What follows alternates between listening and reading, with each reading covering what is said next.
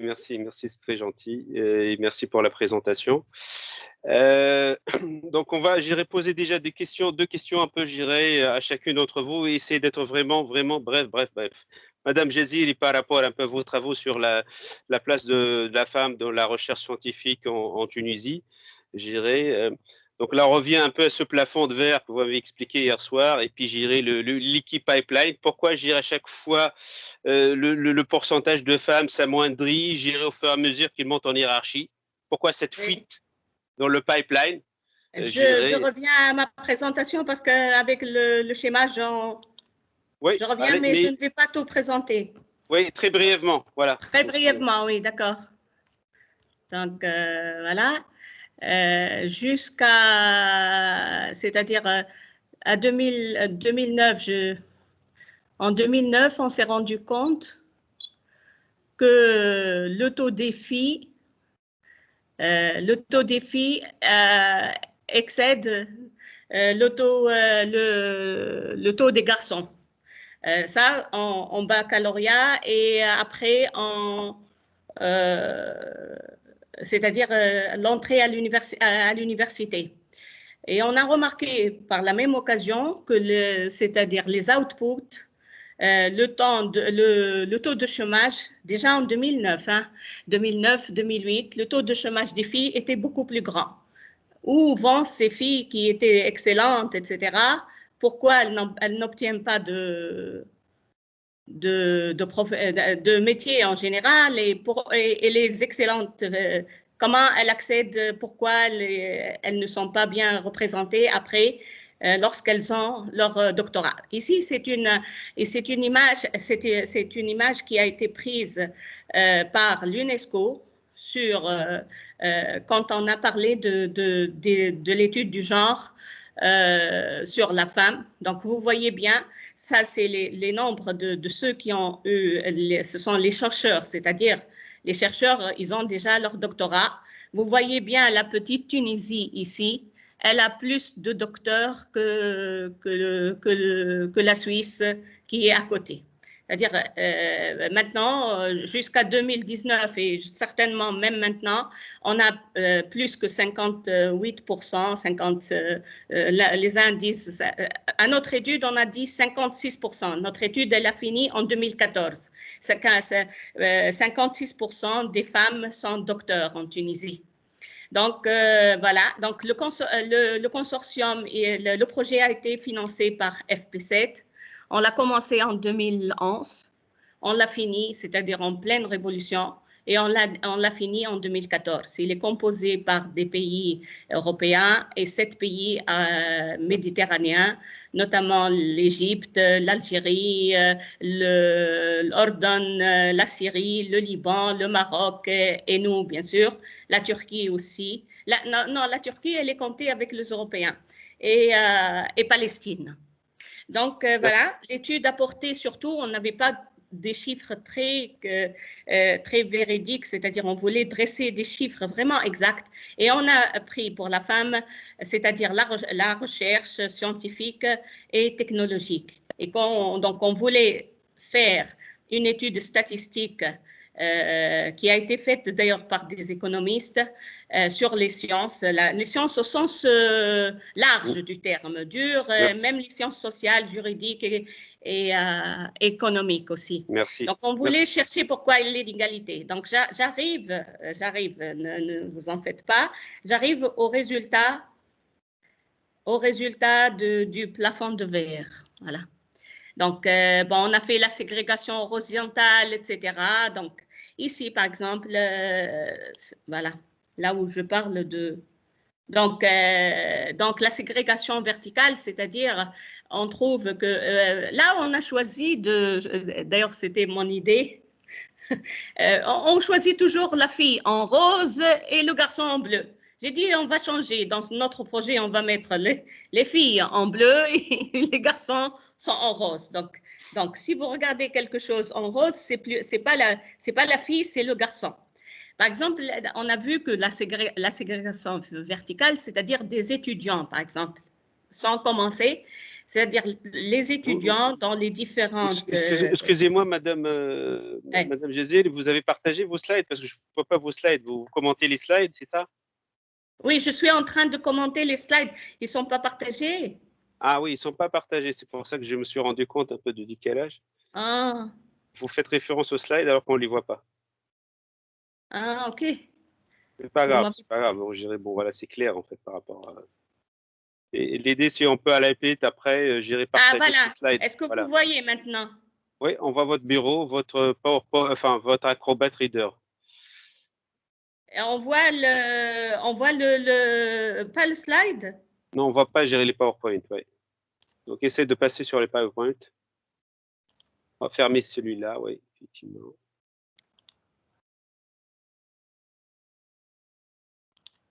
Ça, c'est un problème. Bon, c'est pas grave, c'est pas grave. Ça, attendez, où est-ce que je dois me situer une fois que je... C'est où? C'est pas grave. En bas, je vous sais pouvez pas. Continuer, je dirais, vous pouvez continuer. Donc, voilà. Donc, ce que nous avons remarqué, que dans que ce soit les filles ou les garçons, surtout quand elles sont recrutées, les filles, presque toutes les filles, le nombre des étudiants, pas les nombres des étudiants, les nombres de ceux qui travaillent à l'université et en enseignement supérieur. Il y a une égalité dans le grade de maître assistant. Mais une fois on dépasse le maître assistant, pour passer au grade supérieur, c'est-à-dire comme Marim, maître de conférence et professeur, là, ce sont les garçons qui prennent c'est-à-dire et c'est ça ce que j'appelle moi le plafond de verre, c'est-à-dire il n'y a pas une suite c'est-à-dire une amélioration dans le grade pour les filles. Souvent c'est un choix de filles. Souvent, les filles préfèrent ne pas trop faire de recherche, se consacrer à la famille ou se consacrer à la petite famille ou même aux parents, c'est-à-dire ce sont les femmes qui s'occupent des parents, etc. Donc, ce problème, il a été signalé. Et ce que j'appelle maintenant, quand on dit, par exemple, on est tout content, comme m'a dit Rim, etc., tout à l'heure, il y a beaucoup de filles, etc., il ne faut pas crier victoire parce que les filles docteurs sont plus nombreuses maintenant en Tunisie, mais le plafond de verre, il est en train d'augmenter. Le plafond de verre, c'est la mesure de l'avancement dans la hiérarchie. Donc, il a commencé, c'est-à-dire en 2010, il était à 3,1. L'économiste, certainement, elle connaît ceci. Il est passé en 2014 à 3,4. Et je ne peux pas vous dire en 2020 combien, parce qu'il va falloir faire... Donc, ce projet a eu beaucoup de succès. Ça m'a permis de présenter dans plusieurs conférences, mais je disais toujours que derrière ces docteurs, il y a quelque chose qui se cache. Voilà. Merci beaucoup pour la réponse. Je dirais, bon, le planning, désolé parce que je vous interromps parce que j'ai le planning est très chargé. Donc, on va poser une question, je dirais, à Dr Rimkef, parce que je dirais, bon, voilà, surtout sur l'équilibre familial. Bon, je veux citer un peu, je dirais, une citation de Marie Curie, je dirais, il a dit: j'ai souvent été interrogé, surtout par des femmes, sur la façon dont je pouvais concilier vie familiale et carrière scientifique. Eh bien, ça n'a pas été facile. Donc, cette question, j'adresse, je dirais, à Rimkef, et comment retrouver, j'irai, cet équilibre familial, comment peut-on faire de la recherche et puis j'irai rapidement j'irai et s'occuper de ses enfants, de sa famille. Voilà, merci pour la question. Très brièvement. Oui, très brièvement. En fait, il me pose aussi, même dans mon entourage, la même question. C'est vrai, en fait, c'est de la volonté. Tout d'abord, il faut voir ce qu'on veut faire. Et si on veut avoir une réussite et avoir une bonne carrière scientifique, c'est ce qu'on veut, Si on veut être une bonne épouse et une bonne maman aussi, ça, on peut le faire. Donc, c'est question de volonté tout d'abord. Donc, qu'est-ce que je rêve de faire de ma vie? Quelle est ma mission dans cette vie? Et après, je vais essayer de planifier et de m'organiser en fonction de ces désirs-là et de ce rêve-là. En fait, c'est ça. Il n'y a pas de solution miracle. C'est pas facile. Ça, je le concède et je le dis avec toute transparence. C'est pas facile du tout. Mais si on y croit et on s'attache, là, on arrivera à le faire. Donc, là, je compte énormément et je remercie énormément ma famille, que ce soit mes parents, mes beaux-parents, mon mari, pour leur soutien, leur encouragement, pour leur aide, parce que c'est ça surtout.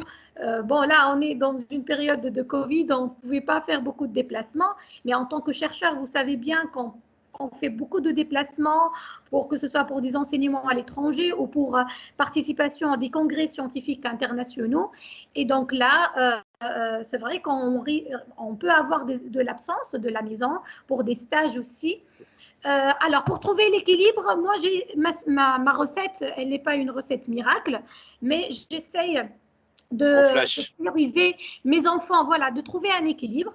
C'est-à-dire que je partirai pas en mission pendant la période des examens de mes enfants, par exemple. Et j'ai essayé de raccourcir mes séjours. Je pars plus pour des séjours depuis que j'ai mes enfants. Je pars pas pour des séjours d'un mois ou quelque chose comme ça, de stage. C'est plutôt mes jeunes doctorants maintenant qui prennent ma place pour ces stages de formation. Ouais. Bah, je pars pour des missions de 3 à 5 jours maximum et surtout pas dans la période des examens de mes enfants. D'accord. Voilà. Merci beaucoup. On va enchaîner avec les long and happy to take any questions. Well, thank you very much, Dr. Shiraz, for this inspiring presentation. Your advices are practical, and I confirm that as a young researcher, I find it very, to say, inspiring and encouraging for me. And maybe I'll contact you soon for asking for support to launch my startup after my PhD. With pleasure. Thank you. Merci, merci. Mais franchement, J'irai, merci beaucoup pour ces très, très, très belles présentations. On peut prendre, J'irai, des questions des participants. J'irai, vous pouvez poser vos questions si vous voulez, J'irai, par rapport aux participants qui sont toujours là, parmi nous. Si vous avez des questions, n'hésitez pas à les poser. Je suis désolé pour Madame Tbibi parce que bon, le planning était assez chargé, donc elle est là, Madame Tbibi. Si vous avez, J'irai, Madame Tbibi, si vous pouvez poser votre question. Je pense qu'elle est partie. Non, elle est là, je dirais. Son micro, il est coupé, mais je pense qu'elle est là. Hein. Elle peut, je dirais, intervenir si elle veut. Donc, pareil pour les autres participants. Si vous avez des questions, n'hésitez pas à les poser.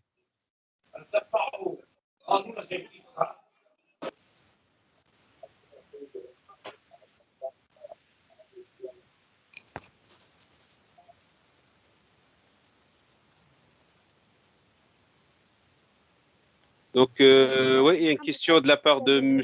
Boukhalfa, je pense, si vous pouvez à la limite poser votre question. Mohamed Aziz Boukhalfa. Oui, en fait, c'est Widet Boukhalfa, c'est le compte de mon neveu. J'ai eu un problème avec mon compte. Je suis Widet Boukhalfa, fraîchement diplômée de mon master de recherche en sciences biomédicales sous la direction de Dr. Lim Kefi.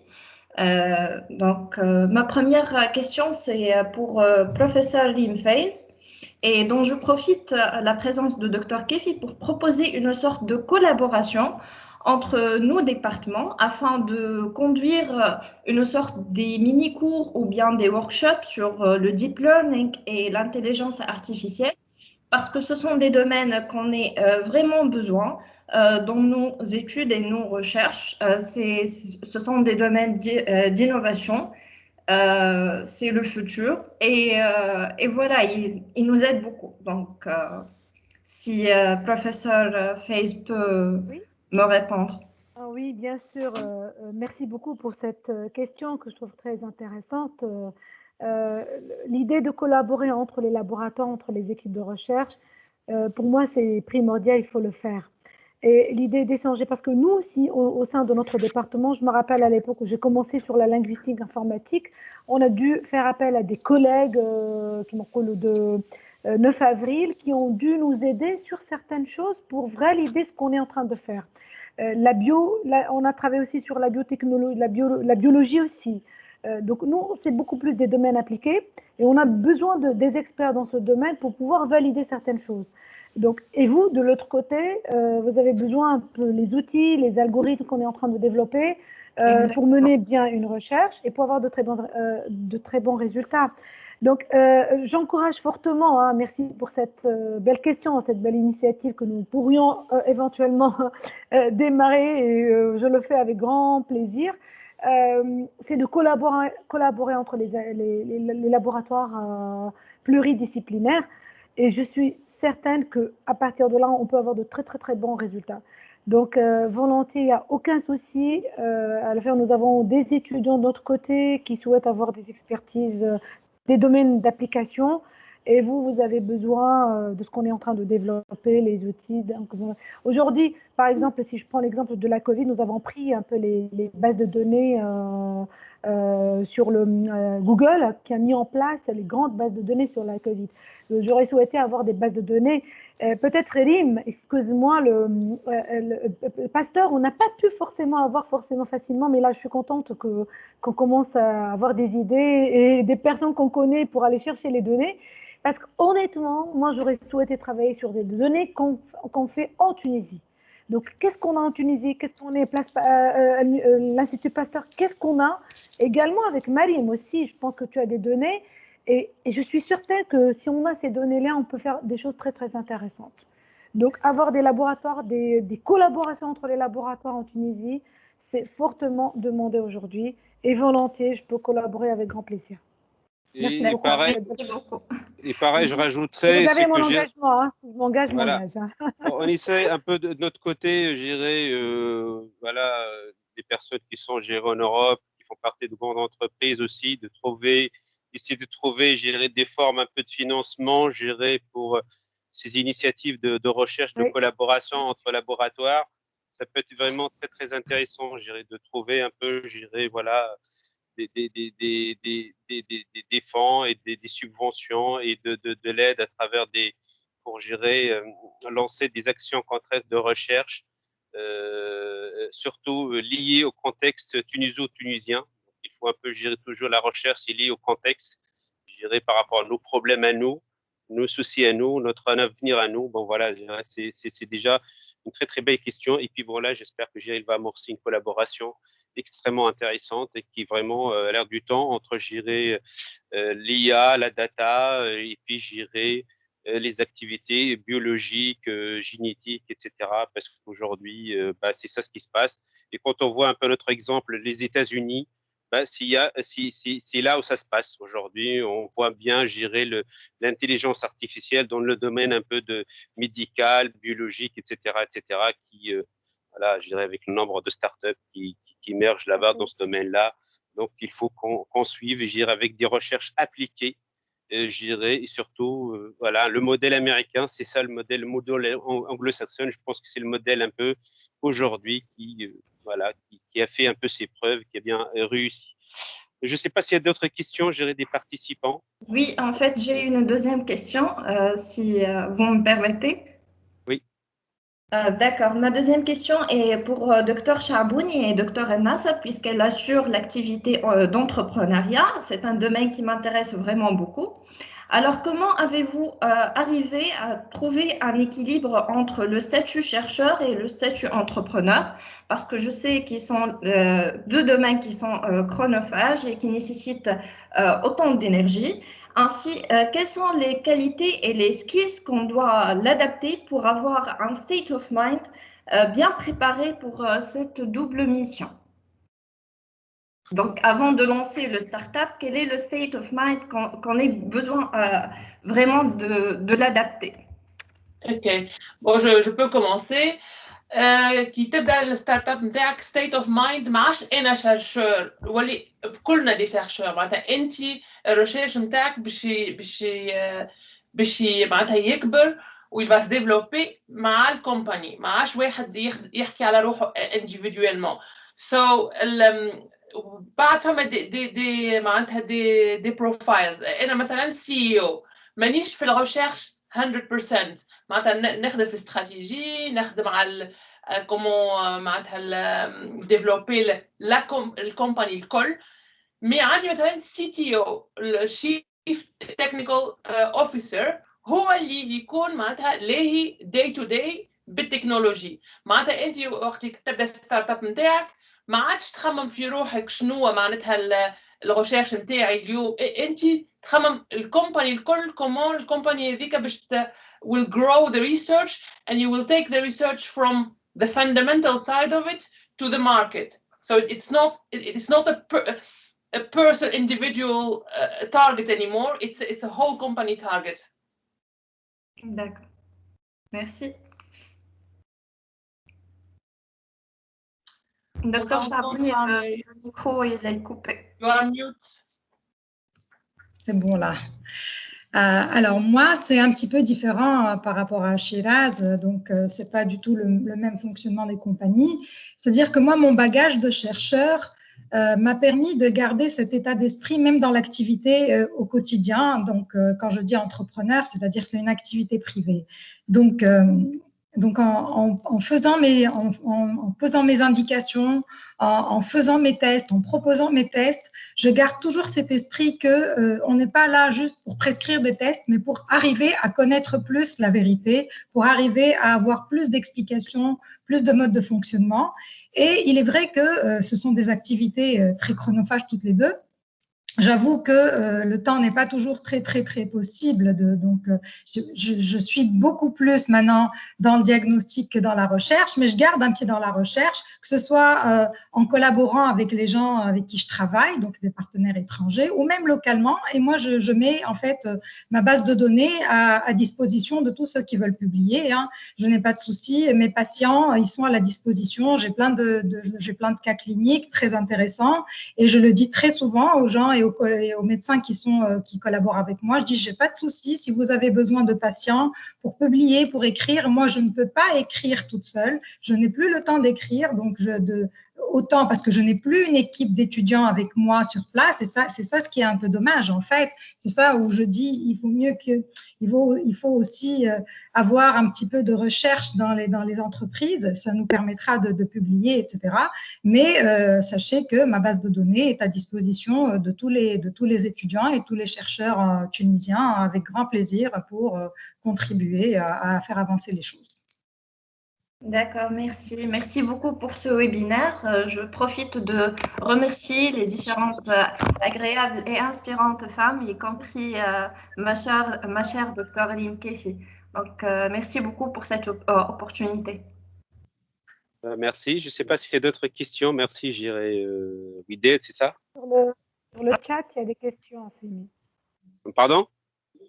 Sur le fil de la conversation. Ah, le fil, bon, ok, j'ai pas regardé. Hop. Est-ce qu'il y a comme question? Donc, question de... Bon, on va commencer par la question de Mehdi. Question pour Madame Kef. Est-ce qu'il y a des entreprises tunisiennes qui investissent dans votre domaine de recherche? Sinon, est-ce que vous êtes approché par des entreprises étrangères? Donc, ça, c'est Mehdi Hajordan. Merci, Mehdi, pour la question. Donc, si j'ai bien compris votre question, si vous parlez dans mon domaine de recherche, donc notamment si je travaille sur le diabète, les maladies génétiques, s'il y a des entreprises. Bon, pas forcément, mais non, mais on n'a pas réellement, hein, je veux dire, des entreprises qui vont... bon, il y a plutôt des entreprises qui vont financer notamment le cancer. Hein. Donc là, je connais des équipes à l'Institut Pasteur qui sont financées en partie par des entreprises sur le cancer surtout. Bon, pour le diabète, j'ai commencé des discussions avec une boîte pharmaceutique justement qui produit des réactifs et des médicaments pour le diabète. Donc peut-être on pourra aboutir à une collaboration et un partenariat public-privé pour avancer d'un côté la recherche et notamment une meilleure prise en charge des patients. Voilà. J'espère que j'ai répondu à votre question, Mehdi. J'espère, j'irai, Monsieur Mahdi, mon ami Mahdi. Je ne sais pas s'il y a d'autres questions. Voilà, pour lui, c'est satisfait. Voilà, la question. Est-ce que vous avez d'autres questions, j'irai, Madame, Monsieur, j'irai, participants, participantes. Je ne sais pas après si on peut poser des questions, Amine, sur si tu as des questions à poser de ton côté. Oui, j'ai une question, s'il vous plaît, destinée à Dr Chaboun et Dr Nasser. Je peux poser la question en français, en anglais, comme vous voulez. Vous pouvez répondre dans la langue que vous préférez. Donc, la question, est-ce qu'il y a eu des investisseurs qui ont cru en votre projet et qui vous ont supporté dès le début? Parce que pour les investisseurs, ils veulent investir plus dans des projets plus sûrs qui sortent d'écoles de business, par exemple, mais pas d'un laboratoire de recherche. Donc, est-ce que vous avez été soutenu dans ça où il y avait des problèmes pour le commencement? Je pose la question parce que l'entrepreneuriat, c'est quelque chose qui me motive et je souhaite lancer un jour, pas maintenant, mais un jour, une fois mes recherches maturent, mon propre projet, je me pose la question, est-ce que j'aurai des difficultés pour commencer ou pas? Voilà. Mariam, you want to start? If you want, because my answer will be very short. Actually, en fait, nous, on a un grand problème de loi en Tunisie par rapport au laboratoire. Donc, la loi date de 1900, je ne sais pas combien, j'ai oublié. Et la loi, voilà, c'est vrai, hein, quand j'ai ouvert mon labo, j'ai découvert ça, c'est une blague. En fait, la loi nous oblige à être des personnes physiques. On n'est même pas des sociétés. Donc, imaginez, on n'a même pas accès à des crédits en tant que société. Donc, c'est oublier les levées de fonds, oublier les investisseurs. C'est vraiment un peu archaïque comme système de législation. Donc, il faut absolument que ça change. Hein, il faut absolument que ça change parce qu'aujourd'hui, toutes ces nouvelles technologies et ces plateformes innovantes, ça coûte de l'argent. Vous ne pouvez pas faire ça à une échelle individuelle et personnelle. C'est pas possible. Donc, ça, c'est le cadre juridique, entre autres, dont je parlais tout à l'heure, qu'il faut qu'il change parce qu'il est très limitant. C'est pas possible aujourd'hui. On peut plus, avoir personne physique, un laboratoire personne physique, alors que vous voyez ailleurs en Europe, c'est des grandes sociétés avec des investisseurs, ils sont même cotés à la bourse, etc. Et toi, tu es là dans ton laboratoire à te débattre avec des petits crédits, des microcrédits, c'est très limitant. Donc moi, voilà, je réponds. Okay, for me, you have to choose the right investor. Not every investor have the same approach for their investment. A lot of investors, they like technology because when you start in the beginning, normally what they look for is the people, the technology, and the market. And when they invest in a startup, they know that it is a high risk. So these are high risk investors. So they know on 10 startups they're going to invest on, probably 1 or 2 will succeed. And that's their financial model. But technology is normally very important. So when you have an IP, you have a brevet, it's very, very important because you at that stage, you did not show the commercial aspects. You are showing the technical aspect. So spin out from universities, things that has been already, you spend time on exploring is very, very important. And I want to say, you spoke about business school, people from business school. Actually, I know investors, they don't like people from business school because they will give them all the nice talks, but they want the research because that's the starting point. And when you start a startup, do not beat yourself up by saying, oh, but I don't know finance and I don't know this. You are not supposed to know everything. You are supposed to get people around you, either as part of your team or as part of your network, to support you on the things that you don't know. So I don't know if that answers your question. Yes, thank you very much. It answers my question. Yes, great. Je ne sais pas si tu as d'autres questions. Après, moi, j'ai une question après par rapport à Wissem et Rimface, parce que par rapport aux opportunités qui sont liées à ces nouvelles technologies aujourd'hui, du blockchain jusqu'à l'intelligence artificielle, bien sûr en passant par l'industrie 4.0. Donc, par rapport au dernier rapport d'UNESCO, ils disent que bon, voilà, ces métiers-là, il y a une pénurie, on a besoin de ces profils. Et il faut que les femmes profitent un peu de cette pénurie-là pour bien se placer. Donc, pour gérer à la fois gérer au niveau salarial, parce que c'est des métiers qui sont très, très bien rémunérés parce qu'il y a une pénurie, il y a un déséquilibre entre l'offre et la demande. Donc, il faut profiter, il faut se placer. Donc, comment faire un peu pour profiter de ces opportunités aujourd'hui, ramenées par les nouvelles technologies, la digitalisation, le blockchain, voilà, tous ces domaines-là, cette effervescence-là, comment pousser les femmes à profiter et occuper un peu ce terrain qui est un peu vide aujourd'hui, où il y a un déséquilibre, une pénurie. Je ne sais pas, on va commencer par, peut-être Rimface. Ok, d'accord. Merci beaucoup. J'ai déjà évoqué ça lors de ma présentation. Et l'idée, c'est que c'est vrai que ce domaine des technologies, et, enfin, avant c'était de l'informatique, informatique, c'est beaucoup plus destiné aux hommes, aux ingénieurs.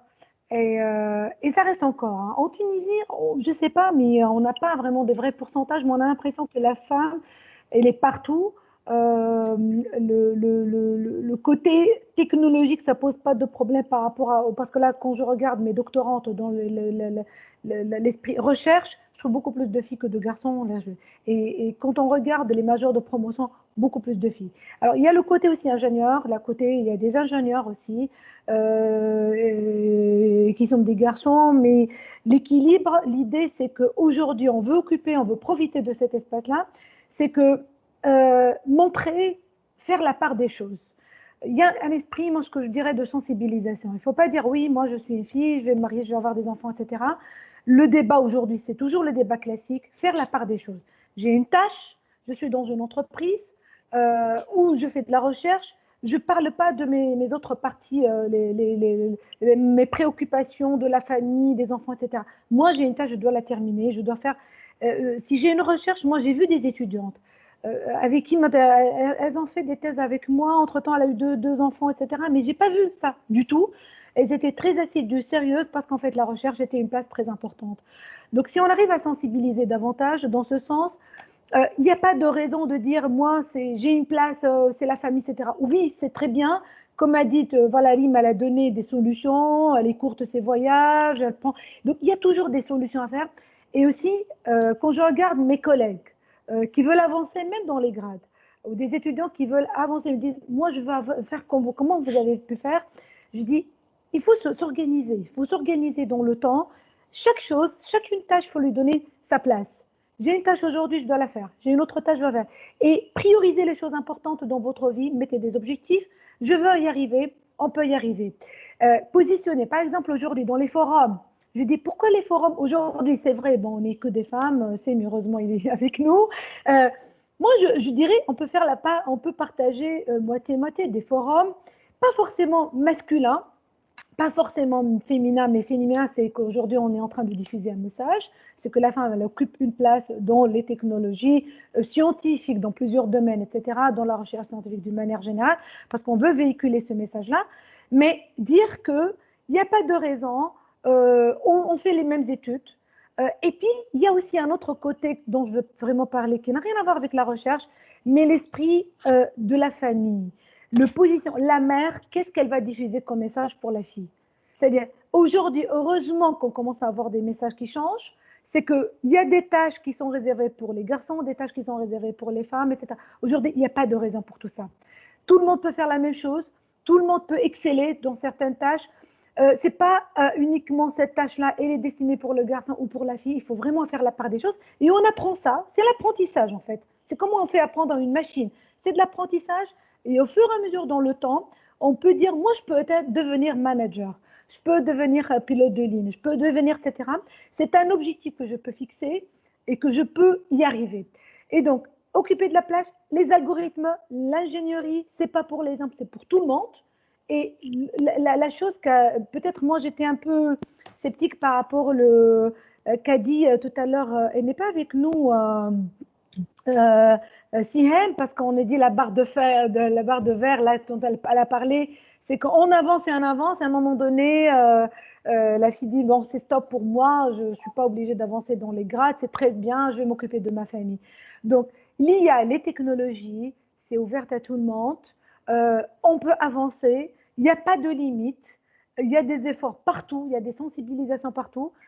On doit travailler beaucoup plus sur la partie sensibilisation, quitte à commencer même par la classe primaire. Hein. La classe primaire, dire que demain je peux faire tel travail, je peux faire tel métier. Ce n'est pas uniquement des métiers réservés pour les hommes, métiers réservés pour les femmes. Je peux être direct, parce que si on regarde la réalité, je vais m'arrêter là-dessus. C'est que les chefs d'entreprise ne sont pas forcément des femmes. Très peu aujourd'hui de femmes sont des chefs d'entreprise, des CEO, très peu si on regarde les statistiques. Donc l'idée, c'est que ce n'est pas forcément réservé pour les hommes, donc on peut y arriver, on peut se positionner et on peut s'organiser en même temps. Et que heureusement, nous, dans un pays, moi je suis fière d'être tunisien parce qu'on voit le gap des technologies, c'est pas forcément... on voit les stats, je vois que dans la partie informatique, il y a beaucoup de filles, il n'y a pas de raison. Mais qu'elles continuent à aller atteindre les objectifs. Voilà. Je te laisse la parole, Wissem. Je reviens peut-être pour ajouter d'autres points. Bon, j'ai une question technique. Ma réunion, je l'ai fixée, j'ai terminé à 10h, je ne sais pas comment la prolonger. Est-ce que ça va se... Oui, par rapport à ton expérience. Non, il n'y a pas de raison, on peut continuer. Parce que là, j'ai reçu une notification, j'avais peur. Hein. Non, pas de problème. C'est juste une notification, il n'y a pas de souci. D'accord. Bon, voilà, Wissem. Donc, Wissem, je dis simplement que j'ai beaucoup de personnes qui sont ravies de ta présentation. Ils disent que il est très original par rapport aux thématiques abordées et aux idées véhiculées. C'est juste en parenthèse. C'est juste pour. Je ne suis pas de jaloux, mais ils ont un peu. Je mentionne ça dans le fil de conversation. D'accord, parfait. Si tu peux à la limite nous partager cette présentation, et tout le monde d'ailleurs, hein, je demande un peu que vous partagez vos présentations. Avec plaisir. Moi, je vais prendre un peu mon temps de lire et j'irai défiler. Enfin, j'ai regardé les slides parce que on était un peu aujourd'hui, j'étais un peu sauvage. Hein, j'ai essayé un peu de vous mettre un peu la pression. Mais bon, pour gérer, voir un peu, gérer le maximum, avoir le maximum de réponses, le maximum d'idées partagées. Ouais, vas-y, je vais faire ta parole. Donc, moi, par rapport à la question, je me placerai à l'opposé de Rim parce que moi, je suis dans un secteur qui est la finance. Et j'assure des cours dans des MBA Finance et c'est un secteur qui subit cette transformation du numérique et de l'intelligence artificielle. Donc, on est plutôt les victimes un petit peu de cette digitalisation. La réponse qu'on a trouvée, hein, et c'est peut-être, je vais profiter pour en parler un petit peu du programme que j'ai développé cette année. Je suis partie de zéro et je me suis dit comment je peux l'année prochaine proposer à mes étudiants un programme qui va allier à la fois les connaissances fondamentales en finance, mais aussi avec une bonne ouverture sur le digital, la data, etc. Au final, l'exercice n'est pas très difficile. Hein. On arrive à trouver des passerelles entre les deux mondes, mais il faut que les étudiants aient cette ouverture d'esprit hein, et de se dire qu'au final, on doit partir de notre zone de confort et on va aller au-delà de nos limites vers un autre champ, tout simplement. La question par rapport au genre, moi, je ne me la pose plus, la question du genre. Pourquoi? Parce que ça fait 10 ans que j'enseigne en France et j'ai vu comment les promotions se métamorphosaient au fil des années. Donc, au départ, j'étais avec des promotions plutôt majoritairement, les financiers, c'était des garçons. Aujourd'hui, j'arrive à une certaine parité entre les deux et l'esprit entrepreneurial aussi qui se développe pour les deux. Donc, moi, quand je travaille, je ne fais pas de différence. Hein. Un étudiant, c'est un étudiant, quel que soit le profil. Ce qui fait la différence, à mon avis, c'est plutôt la capacité de l'étudiant à innover et à proposer une nouvelle idée. Et donc, tout à l'heure, je pense que Shiraz a dit que les investisseurs sont un petit peu réticents par rapport aux diplômés des écoles de commerce. Moi, je continue à avoir des étudiants avec des idées originales qui vont sur le marché, qui proposent ces idées-là et qui décrochent des financements.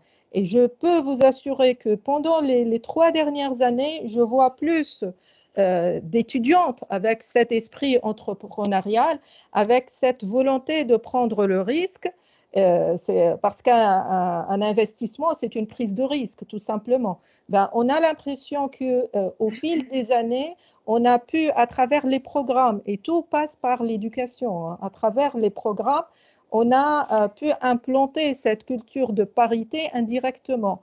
Et donc, aujourd'hui, il n'y a pas de barrière, hein. J'ai des étudiants filles qui montent leur boîte. Ben, rien que hier, j'avais une étudiante qui m'envoie vraiment une lettre pour demander une année sabbatique l'année prochaine parce qu'elle a une idée, elle a déjà lancé l'idée sur Internet et elle a mobilisé des investisseurs et elle veut monter la boîte.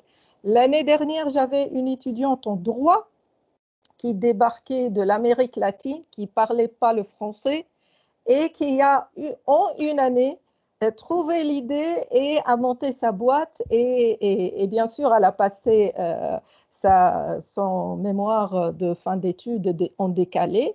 Ben après, elle m'a expliqué qu'elle a mis un petit peu de côté son travail de recherche pour monter sa boîte.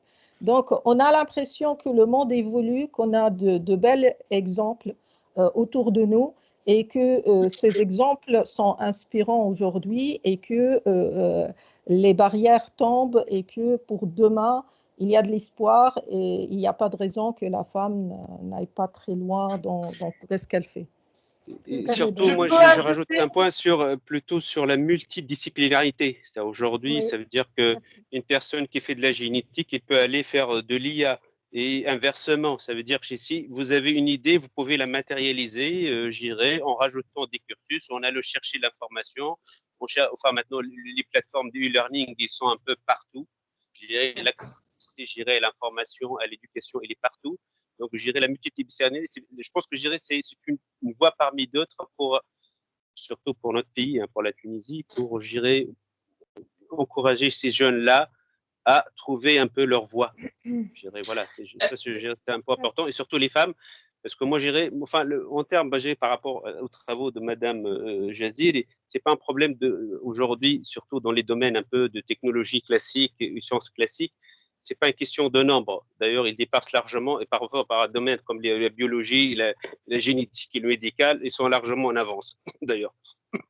Donc, c'est une question un peu aujourd'hui du qualitatif. Ça veut dire, aujourd'hui, comment financer la recherche, comment travailler sur des sujets qui ont un impact social, qui ont un impact économique, qui s'adaptent bien à notre contexte, aux problèmes d'aujourd'hui et de demain. Je ne sais pas, Shira, si tu voulais dire quelque chose. Oui. J'ai voulu ajouter l'exemple de UK. En fait, c'est pire ici. En fait, il y a les filles, même pas les femmes, on n'est pas dans le stage des femmes.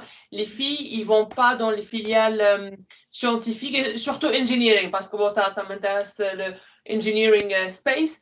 Donc, en fait, on n'a pas le nombre des ingénieurs qui sortent des universités. Le nombre des ingénieurs femmes, il est très, très faible. Moi, déjà, je galère dans mon entreprise de trouver des femmes ingénieurs dans le data science, dans le software, dans le engineering, dans le corrosion. Rien. En fait, c'est vraiment un grand problème. Bon, après, les femmes managers, CEO, plus on monte, plus ça disparaît. En Tunisie, en fait, c'est un peu mieux parce qu'il y a beaucoup de femmes qui vont vers l'engineering, qui vont vers le data. Donc, mais en fait, ça s'arrête à l'étape de c'est bon, tu as eu ton diplôme, ok, tu es ready pour se marier et rester à la maison. En fait, c'est là, on a fait tout le travail qui est dur, en fait, convaincre que les filles que vous êtes aussi bien dans les mathématiques, dans le science que les hommes, mais après, on perd tout ce travail. Je ne sais pas comment, en fait, mais voilà, tu as ton diplôme, va faire, bon, l'idée va faire l'enseignement, c'est un peu plus, je veux dire, soft pour les femmes et voilà, occupe-toi de tes enfants et ton mari et c'est bon, tu as fait ton devoir. En fait, c'est là où ça déraille. Moi, j'aimerais dire une petite chose, si c'est possible. Est-ce que je peux prendre la parole? Ah oui. Ah. Donc, c'est bien, ça m'a passionné parce que ce débat, on l'a mené dommage que vous n'avez pas vu, mais tous les résultats sont sur le site de la communauté européenne. Hein. Ce que j'ai, le rapport tunisien, tous les chiffres, le plafond de verre, tout ça. C'est-à-dire vous pouvez regarder l'étude de façon plus détaillée, et c'est ce que j'ai fait. Mais là, je vais ouvrir une parenthèse. Surtout, j'ai laissé les jeunes surtout parler et ils ont pointé le problème. Le problème en Tunisie aussi, il y a eu une étude qui a été faite par des femmes économistes. J'ai dit à Semi, moi je suis très heureuse d'avoir parmi nous une économiste. Est-ce que ce que nous avons montré en Tunisie, c'est assez particulier. Et on a trouvé que la faute de ce que vient de dire Shiraz, et ce que vient de dire Wissem, et ce que vient de dire tout le monde, Riem et tout, c'est-à-dire la faute c'est à la mère qui a élevé ses enfants. C'est-à-dire la femme elle-même, elle a dans sa tête de plus dorloter le garçon que la fille. Et c'est pour ça que la fille, elle réagit autrement, donc elle va se faire montrer. Mais une fois elle doit être mariée, pas dépasser l'âge, etc. Donc, c'est les mentalités qu'il faut changer. C'est-à-dire, c'est les mentalités qu'on doit améliorer pour qu'on réfléchisse autrement. Parce que on a beau, par exemple, si je prends, il y a eu une étude, Rim, sur la même étude, à peu près, elle ressemble à l'étude Chimera, mais elle s'appelle Grâce, sur les jeunes filles et l'informatique. On était très contents d'avoir beaucoup de filles en informatique. Mais quand tu regardes l'output, les filles ne peuvent pas rester au-delà de 10 heures pour faire du travail. Alors que dans les grandes entreprises, dans les boîtes de conseil, et je connais, moi j'ai mon fils qui est dans Ernest Young, il travaille tout le temps. Une fille ne pourra pas supporter tout ça. Et c'est ça, c'est-à-dire que par exemple, c'est pas qu'elle ne pourra pas, elle a été éduquée pour ne pas supporter, elle supporte, mais c'est-à-dire elle ne peut pas rester au-delà de 7 heures loin de sa famille, etc. Peut-être maintenant dans le travail, le télétravail, ça va s'améliorer, mais en Tunisie, c'est une histoire de mentalité. C'est comme ça, je ne sais pas, il faut mettre dans la tête que c'est-à-dire que, et c'est pour ça que j'ai dit à Semi, j'espère qu'il y aurait des participants. C'est-à-dire que, par exemple, il faut, je ne sais pas, moi, personnellement, si je connais des chiffres sur les femmes magistrats, parce que mon mari est magistrat, les femmes sont largement supérieures aux garçons. Les magistrats en Tunisie, je ne sais pas, mais je regarde, notre économie ne va pas à cause de ça. À cause qu'il y a beaucoup de filles qui sont dans la déperdition, qui sont dans docteur, je trouve qu'il faut changer un peu la mentalité plutôt. Moi, j'ai juste un petit mot à dire, si vous permettez. Vas-y. Moi, je dis que dans la jeunesse, il y a une grande énergie, une énergie inépuisable. Et moi, quand j'ai été en France pour faire mes stages, j'avais mon fils et j'ai laissé mon fils qui avait 18 mois. Je suis revenue, mon fils avait quasiment 3 ans et demi, presque 4 ans. Mais j'étais fixée. Je voulais y arriver. Et pour l'anecdote, je vous raconte, j'ai enlevé toutes les photos à Paris. Il n'y avait pas une seule photo de mon fils. Comme ça, quand je me lève le matin, je ne sais pas s'il a mangé, pas mangé, dormi, pas dormi. J'ai aucune idée. C'est vrai, j'étais tranquille. C'est vrai, j'étais tranquille, il était entre de bonnes mains. Mais moi, j'ai oublié que j'étais une mère pendant 2 ans. Et j'ai fait ce que j'ai à faire. Et bon, c'est vrai que après, je suis rentrée, il y avait du recadrage à faire. Mais aujourd'hui, c'est un grand jeune homme et j'ai 2 grands jeunes hommes. Et je veux dire, quand on est jeune, on a l'énergie pour faire. Si aujourd'hui, on me dit, tu vas les laisser, tu vas repartir encore 2 ans en France, j'aurais pas la force de le faire. C'est impossible pour moi. Mais à mon âge, à 20 et quelques années, ben, j'ai pas réfléchi une seconde, j'ai laissé, je suis partie, j'ai fait ce que j'ai à faire et puis voilà, c'est tout. Je suis revenue et j'étais assistante et j'étais chercheur et j'étais toute contente et toute fière de lui donner un modèle. Et finalement, ce que je dis, c'est qu'on donne un modèle à ses enfants, comme vous venez toutes de le dire. C'est notre rôle. Et aujourd'hui, mes enfants ne font pas la différence entre une fille et un garçon. C'est 2 jeunes hommes, mais ils ne font pas la différence parce qu'ils ont vu leur mère et aussi leur grand-mère faire du chemin comme un homme, entre guillemets, disons. Voilà. Donc, merci. Juste un peu, je cite parce que j'ai le commentaire du professeur Habib Al-Chabouni, donc il a fait une petite remarque. Donc, l'éducation, la scolarisation des enfants reste le pilier de la société et qui lamine la différence entre les genres. Donc, je dirais, elle rejoint, je pense, le professeur Jazir sur la mentalité, sur bien sûr la scolarisation, sur le cursus scolaire, sur ce qu'on leur donne, je dirais, il leur inculque un peu, je dirais, dans leur scolarité. On n'est pas là dans la théorie du genre tel qu'il est un peu, les Français ou les Européens ou les Américains veulent un peu, faire. Mais nous, par rapport à notre culture, on essaie toujours un peu à réduire un peu ces différences-là, en fait, harmoniser, à rapprocher, à dire, à rassurer la femme par rapport, à sa carrière et par rapport à ses possibilités, à sa réussite derrière, à ses challenges, etc. Il ne faut pas un peu quelque chose,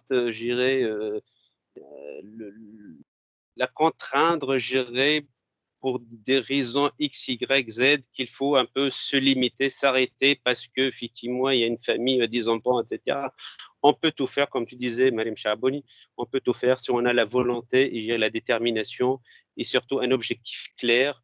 Et puis, je pense que en Tunisie, moi, par rapport à mon regard, j'ai 25 ans en France, c'est que je regarde un peu toutes les autres communautés, que ce soit algériennes, marocaines, égyptiennes et libanaises.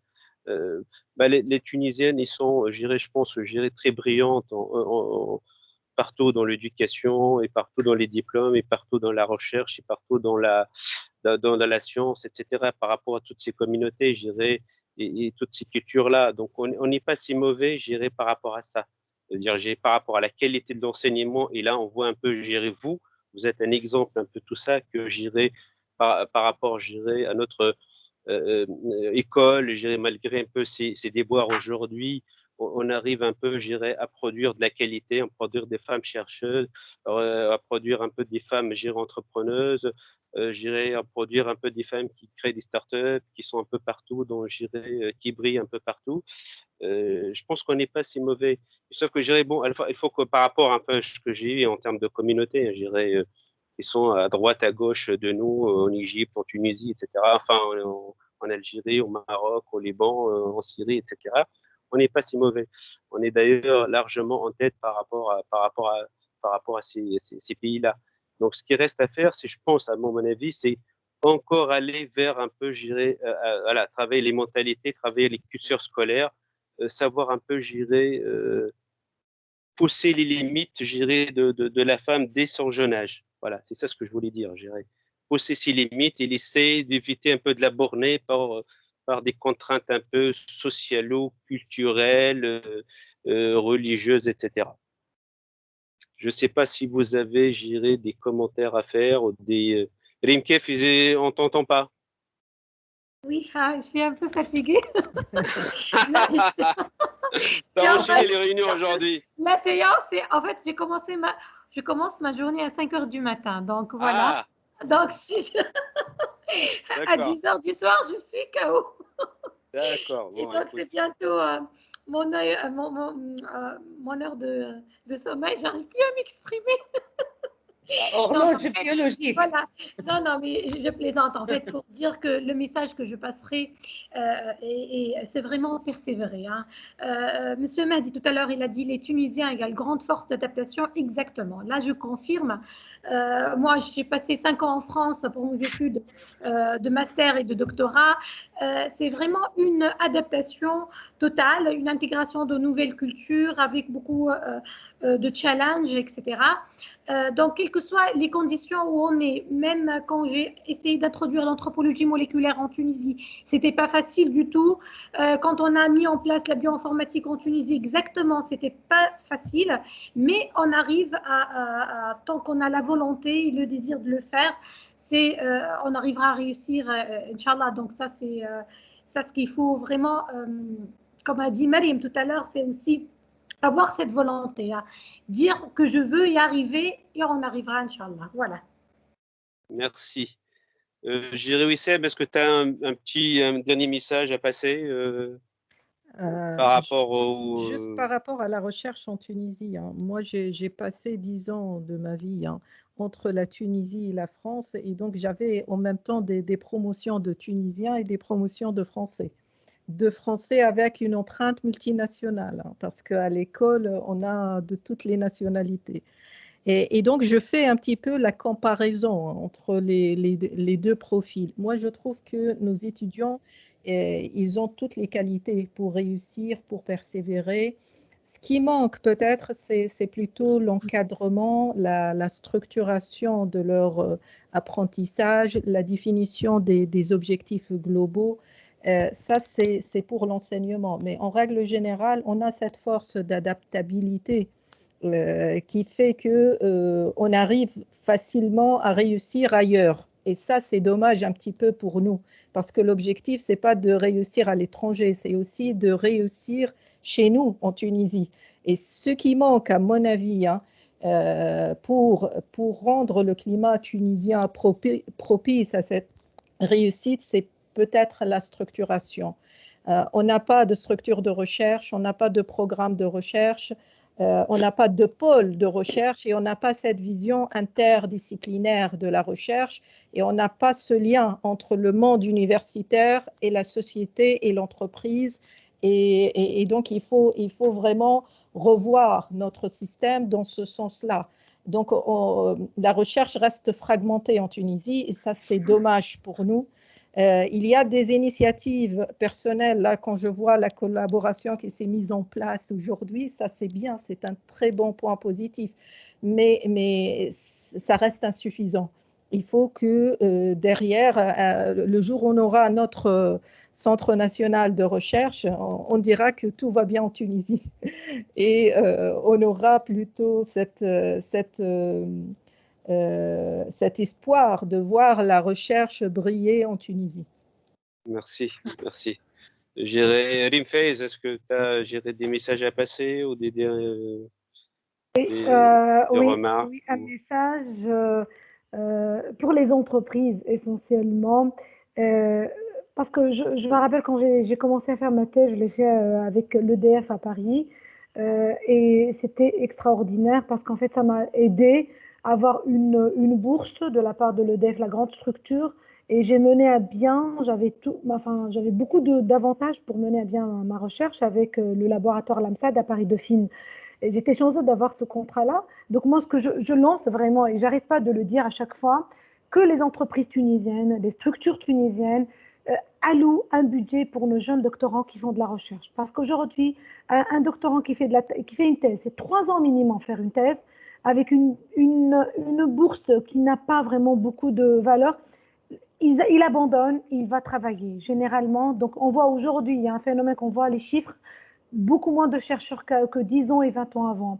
Donc l'idée, c'est que de renforcer ce partenariat, on n'arrête pas de le dire, on en parle tout le temps, mais moi je souhaiterais lancer un appel concret que les grandes structures, essentiellement les compagnies, enfin l'industrie, etc., télécom, tous les services confondus, puissent consacrer, allouer un espace et un budget pour nos chercheurs et aider. Parce que l'État tout seul ne peut pas suffire. Donc lui, on a un petit budget dans les laboratoires, mais pas assez suffisamment assez pour nos jeunes doctorants qui souhaitent entreprendre la recherche et pourquoi pas recruter, parce qu'aujourd'hui les entreprises arrivent à recruter des docteurs. Et ça, donc on voit maintenant le phénomène change un peu. Donc c'est vrai, comme a dit Wissem, la persévérance, je reviens sur ma citation, l'audace, le progrès scientifique, il faut aller en avant, avoir des objectifs, fixer des objectifs et surtout que les entreprises aujourd'hui contribuent plus avec les laboratoires de recherche. Voilà. Et donc il faut aller les chercher. Donc il faut aller chercher. Oui, il faut aller les chercher. Il faut aller taper sur les portes et puis j'irai chercher, demander, et regarder, scruter, etc.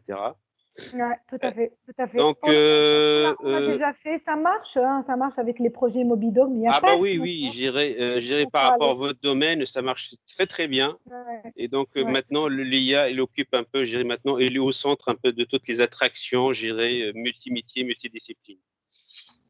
J'irai Shira, si un dernier mot, message. Ouais. Moi, je veux dire que la femme tunisienne, elle a quelque chose de spécial. Je ne dis pas ça parce que je suis tunisienne, mais par expérience. Ça fait plus que 20 ans. نتذكر أمي كي كنت صغيرة تقول لي أقرأ على روحك ما توصلك كان قراءتك يلزمك تكون indépendante. عرفت الكلمة ذيك résonne dans ma tête. Je dois être indépendante. Et je transmets ça à ma fille. Tu dois être indépendante. Il faut compter sur toi-même. Mais après, quand j'ai rencontré les Tunisiennes à l'étranger, que ce soit en France, que ce soit en Hollande et en Angleterre, quand je compare les Tunisiennes avec des femmes autres, que ce soit من دول عربية ولا حتى من دول أوروبية, on est combattantes. Il y a quelque chose que je ne peux pas expliquer. Il y a on veut y arriver, mais je ne sais pas comment dire. On a l'ambition, on veut y arriver. Et elle, ce qui m'intéresse, la question, elle excelle, et في تونس, je crois que c'est la pression sociale, je ne sais pas c'est quoi, mais elle ne fait pas un parcours qui تنجم تكون تعملوا البرا. Il y a un problème في تونس. مش في التونسية. Est-ce qu'elle vient de dire, professeur Jaziri, c'est que je dirais. صحيحة ولا قلتها صحيحة الجرينتا voilà. Donc, ce qu'elle vient de dire, le professeur Jaziri, parce que en Tunisie, des fois, plus tu montes en carrière, plus tu seras confronté à un manager qui ne comprend rien. Voilà.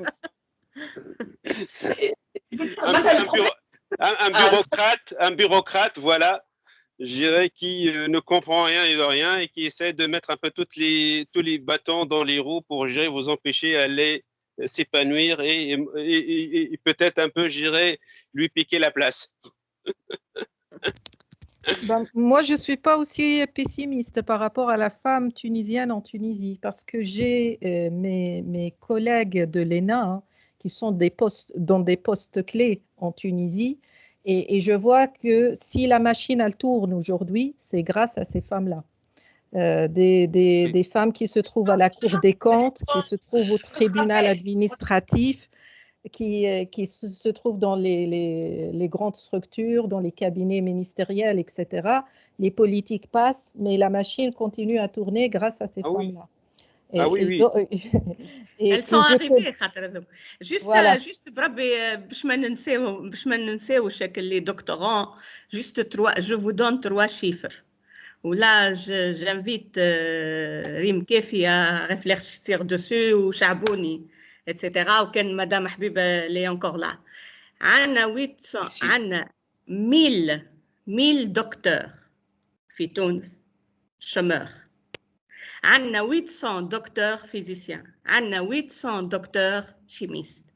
Je veux essayer, يا شيراز ويا وسام ويا ريم كل شيء à donner une solution pour هذه العباد qu'on a produit.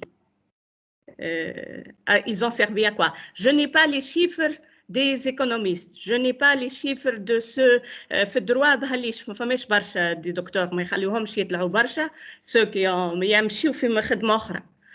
Enfin, les informaticiens, c'est vrai, il n'y a pas de problème. Il n'y a pas de problème, elles ont, mais ça ne veut pas dire que كلهم يخدموا. Donc, avant d'oublier, j'ai peur que, par exemple, نحكيو في success story ونحكيو في الوحدين وننساو, c'est-à-dire la Tunisie. La Tunisie. Merci. Mais voilà, bon, c'est un message géré, voilà, montre espoir et puis voilà. Myriam Charboun, il y a un dernier mot, un message.